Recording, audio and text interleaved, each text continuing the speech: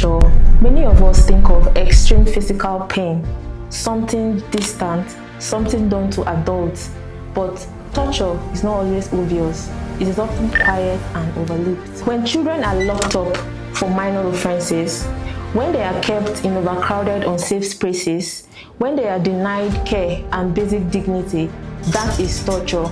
And the law in Section 11 of the Child Rights Act of 2003 is clear about this.